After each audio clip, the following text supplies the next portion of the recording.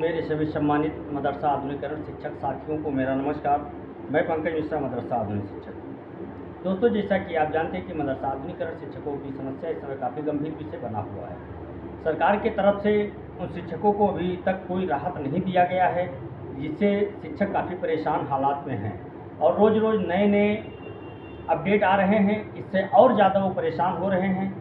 तो कल के वीडियो में मैंने उनको बताया था, जो टेट और सुपर टेट की बात की गई थी, नियुक्तियों की बात की गई थी, उसके बारे में कल मैंने बताया था। आज उनको हम कुछ और नई चीज़ बताने वाले हैं जो अभी अपडेट आया है।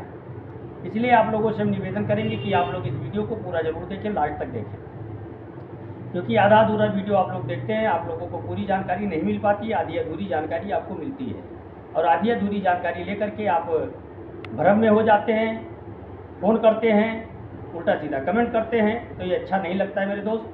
इसलिए आप लोगों से हम निवेदन करना चाहते हैं कि वीडियो को लास्ट तक जरूर देखें। दोस्तों, आपने कल देखा होगा कि उसमें टेट की बात की गई थी कि अब शिक्षक बनने के लिए आपको टेट करना अनिवार्य होगा या फिर प्रमोशन के लिए आपको टेट करना अनिवार्य होगा।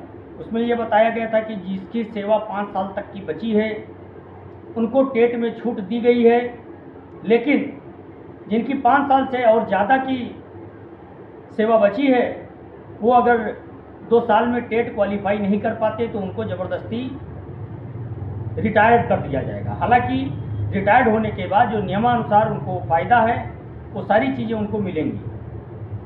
तो दोस्तों, उसी क्रम में आज एक अपडेट और आया है जो मानवाधिकार आयोग से संबंधित है। आपने देखा होगा कि मानवाधिकार आयोग के बाल संरक्षण अधिकार के अध्यक्ष प्रियांक कानूनगो ने जो एप्लीकेशन दायर किया था उस पर एक बार पुनः विचार करने का सूचना मिल रही है। मदरसा बोर्ड को लेकर के, मदरसा शिक्षकों को लेकर के कोर्ट ने जो फैसला दिया था उसी फैसले को दोबारा सुनने के लिए कोर्ट में अर्जी लगाई गई है और शायद कोर्ट ने उसको स्वीकार भी कर लिया है।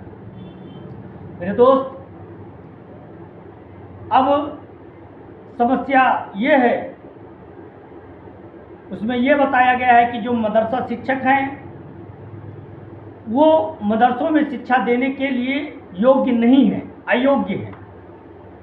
अब हमारे बहुत से शिक्षक साथी आधुनिकीकरण शिक्षकों को लेकर के काफ़ी डिप्रेशन में थे। वो पूछ रहे थे क्या आधुनिकीकरण शिक्षकों के लिए चीज़ बोला गया है या जो हाफिज मौलवी मौलाना पढ़ा रहे थे, आलिम कामिल फाजिल, उनके लिए बोला गया है। तो मैं उनको स्पष्ट कर देना चाहता हूं कि आधुनिकीकरण शिक्षकों के लिए इस शब्द का इस्तेमाल नहीं किया गया है।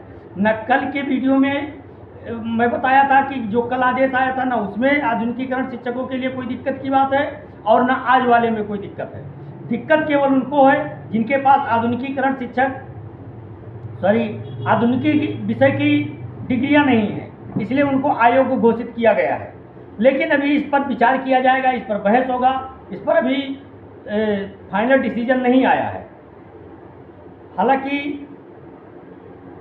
पहले ही कामिल और फाजिल को अयोग्य घोषित करार दे दिया गया है, लेकिन इसके बाद अब समस्या इस बात की आ रही है, क्या जो बचे हैं मुंशी मौलवी आलिम, क्या इनको भी कोर्ट अयोग्य घोषित करेगी या फिर इनको कंटिन्यू बराबर जारी रखेगी? दोस्तों, ये बड़ा सवाल है और इसी सवाल को लेकर के आज मैं वीडियो संदेश लेके आया। अब इसमें कुछ बड़ा होने वाले है, कुछ बड़ा होने की उम्मीद है, क्योंकि सरकार ने आधुनिकीकरण विषय पर जोर देने की बात की है और आधुनिकीकरण शिक्षक जब तक नहीं मिलेंगे तब तक आधुनिकीकरण विषय की जानकारी नहीं दी जा सकती, न उसको पढ़ाया जा सकता है। लेकिन अब समस्या इस बात की है कि सरकार नए शिक्षकों को भर्ती करेगी या फिर पुराने शिक्षकों को उसमें समायोजित करेगी। समस्या इस बात की नहीं है कि बोर्ड खत्म हो रहा है या बोर्ड खत्म होगा या कामिल फाजिल को खत्म किया गया है तो क्या इन लोगों को भी खत्म किया जाएगा। इससे हमारा कोई मतलब नहीं है। मतलब हमारा ये है कि हम आधुनिकीकरण शिक्षक हैं। अगर सरकार हमको कोई अलग से ट्रेनिंग कराना चाहती है उसके लिए हम तैयार हैं, लेकिन या तो हमारी स्कीम चलाई जाए या फिर हमको समायोजित की जाए, हमारी यही मांग है। दूसरी चीज़ आप लोगों ने देखा होगा कि आधुनिकीकरण की जब जब बात आई है तब तक एडेड मदरसा वालों ने स्टीयरिंग को मोड़ने का भरपूर भरसक प्रयास किया है और स्टीयरिंग मोड़ते मोड़ते पूरी सड़क ही मुड़ गई। वो स्टीयरिंग मोड़ करके चल रहे थे कि इसको घुमा करके हम अपनी मंजिल तक पहुंच जाएंगे, लेकिन उनको ये नहीं मालूम था कि आगे चल करके सड़क ही मुड़ी हुई है। दोस्तों, इसमें बहुत बड़ा मोड़ आ गया है। अब समस्याएं बढ़ती जा रही हैं, कम होने के बजाय ये समस्या दिन प्रतिदिन बढ़ती जा रही है और इस समस्या का समाधान दो ही चीज़ों से हो सकता है, या तो आप जमीनी लड़ाई लड़ें या फिर आप जबरदस्त पैरवी करें। ये दोनों चीज़ें इस समय आधुनिकीकरण के लिए नहीं हो पा रहा है। केवल हवाई बातें हो रही हैं, रोज ठगने का नया नया बहाना ढूंढा जा रहा है, कोर्ट कचहरी के नाम पर ठगारी की जा रही है। जो रिट खत्म हो चुकी है उन शिक्षकों का नाम आगे करके बेवकूफ बनाने का प्रयास किया जा रहा है। रोज रोज चैनल को फॉलो करने के लिए, पेज को फॉलो करने के लिए सड़क तक संदेश बनाया जा रहा है। मेरे दोस्त, सड़क तक संदेश बनाने से अच्छा रहता कि जो आधुनिकीकरण शिक्षक हैं उनकी लड़ाई आप लड़ते, और उनकी लड़ाई जब आप लड़ते तो आपको सड़क तक चैनल बनाने की आवश्यकता नहीं पड़ती। आपको यही शिक्षक मंजिल तक पहुंचाते, सड़क पर आने की आपको जरूरत ही नहीं पड़ती। लेकिन आपने वो कर्म किया है कि आपको सड़क तक लिखना पड़ रहा है। अभी तक मैंने गांव में ये देखा है और मैंने खुद किया है कि दो बैलों की जोड़ी लेकर के जब हर जोता जाता था तो उसको हुआ और तक कहा जाता था। लेकिन अब हमारे शिक्षक साथियों के मुंह से निकल रहा है, उन दलाल मक्कार बेईमानों के मुंह से निकल रहा है सड़क तक। मेरे भाई, हुआ तक से तो खेती होती थी, लेकिन आपने पहले ही मदरसा आधुनिकीकरण शिक्षकों को ला करके सड़क पे खड़ा कर दिया। आपने खड़ा क्या किया? सरकार ने कटोरा भी थमा दिया। रही सही कसर जो थी, जो उनके शरीर पे कपड़ा था, वो भी आपने चंदे के नाम पर लूट लिया। अब बचा क्या उनके पास? किस चीज की सड़क तक? शर्म आनी चाहिए आपको, लेकिन आप बेशर्म आदमी हैं, आपको शर्म नहीं आ रही है। बार बार झूठ बोल रहे हो, झूठ बोल करके रीट के नाम पर शिक्षकों को बरगलाने का काम कर रहे हो। और ये भोले भाले शिक्षक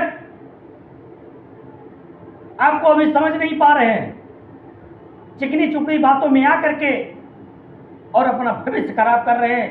मैं उन सभी शिक्षक साथियों से कहना चाहूंगा, आप अपना काम करें। जब होगा तो सबका होगा, नहीं होगा तो किसी का नहीं होगा। बिल्कुल आप इसके पीछे मत पड़िए। इतना आप मान लीजिए, अगर एक का होगा तो सबका होगा, एक का नहीं होगा तो किसी का नहीं होने वाला। इतना ध्यान रखना। अगर आप यही पकड़े बैठे रह जाओगे तो आपको वास्तविक रूप से कटोरा लेकर के भीख मांगना पड़ेगा मेरे भाई। इसलिए आप अपना काम करें, काम के साथ साथ इस लड़ाई को आगे बढ़ाएं। केवल इसी लड़ाई के पीछे अगर आप पड़े रहे तो आपका परिवार भूखों मर जाएगा। आप तंगहाली जीवन जीते हैं, उससे और बद से बदतर आपकी स्थिति हो जाएगी। इसलिए मेरे दोस्त, मेरी बातों को समझने का प्रयास करें। इन बेईमान लुच्चों और तुच्चों जैसे नेताओं की बातों में ना करके अपना कार्य करते रहें और ये देखते रहें कि हो क्या रहा है। बहुत बड़ा खेल हो रहा है मेरे भाई, और ये खेल कोई और नहीं खेल रहा है। ये खेल सरकार के इशारों पर हो रहा है, और सरकार के इशारों पर बीच बीच में होता है। जब जब कुछ संभावनाएं बनती हैं तब तब होता है। मेरे दोस्त, आपने देखा होगा अभी कुछ ही दिन पहले मंत्री जी ने कहा कि आपका ये काम कराने के लिए मैं प्रतिबद्ध हूँ और आप लोगों का ये काम मैं अवश्य कराऊंगा। आप लोग परेशान ना हो। संशोधन विधेयक में आप लोगों को जगह दी गई है और उसमें आप लोगों की समस्या का समाधान किया जाएगा, हमारी सरकार करेगी।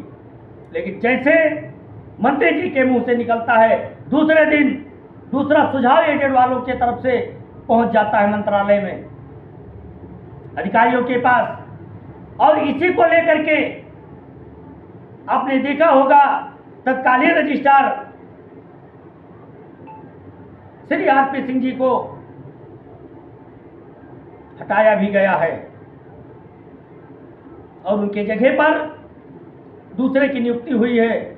तो मेरे दोस्त, इस सारे खेल को समझिए, समझने का प्रयास करिए कि कितना बड़ा खेल खेला गया है हम लोगों के साथ। रातों रात नहीं हुआ है, इसके लिए बाकायदा चालें चली गई हैं, चारों तरफ से इसको बैरिकेडिंग किया गया। उसके बाद में जब रिंग में ला करके और खड़ा कर दिया, निकलो किधर से निकलोगे, किसी तरफ निकलने का रास्ता नहीं रह गया। वो रास्ता अधिकारी, कर्मचारी, नेता, मंत्री, सरकार, संगठन के नेता सब मिलकर के उस रास्ते को ऐसा बंद कर दिया, ऐसा कटीली तारें लगा दी, उसके बाद में उसमें 11,000 का वोल्टेज लगा दिया कि अब कहाँ निकल के जाओगे मेरे भाई।